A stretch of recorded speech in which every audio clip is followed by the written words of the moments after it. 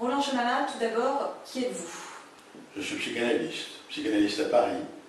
J'ai été membre de l'école freudienne de Paris, fondée par Jacques Lacan. Je suis membre de l'association lacanienne internationale et actuellement, je suis également président de la Fondation européenne pour la psychanalyse.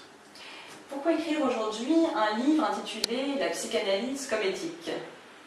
Voyez-vous, je pense que les psychanalystes ne devraient jamais écrire que des livres nécessaires. Je veux dire des livres qui sont en quelque sorte nécessités par leur expérience clinique ou encore par les questions qui se posent dans le social et qui conditionnent la clinique. Or, que se passe-t-il dans le social? Il y a un effritement des valeurs collectives qui fait que le sujet est un peu en panne par rapport à la question de l'éthique. Or, les psychanalystes eux-mêmes abordent pour leur propre compte la question de l'éthique, qui est importante pour eux, et la façon dont ils l'abordent peut intéresser chacun. Vous voyez qu'en ce sens, je pense que le livre que j'ai essayé d'écrire devrait intéresser bien au-delà du cercle des psychanalystes. La psychanalyse est plutôt interpellée aujourd'hui sur la question de sa scientificité ou plutôt sur celle de sa portée thérapeutique. Oui, c'est vrai.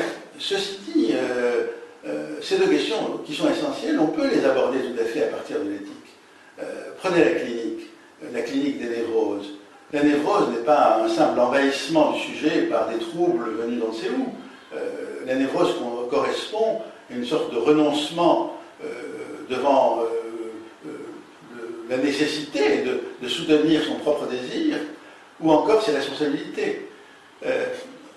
En ce sens, le point de vue éthique qui consiste à se demander jusqu'à quel point on peut ne pas céder sur son désir est d'emblée un point de vue également clinique. Vos derniers livres soulignaient que la clinique contemporaine est largement dépendante des mutations sociales. Est-ce que vous maintenez ce point de vue dans votre dernier ouvrage? Je le maintiens, mais disons qu'il y a un petit déplacement, puisque aujourd'hui, dans ce dernier livre, la question va porter surtout sur la responsabilité du psychanalyste par rapport à cette nouvelle clinique.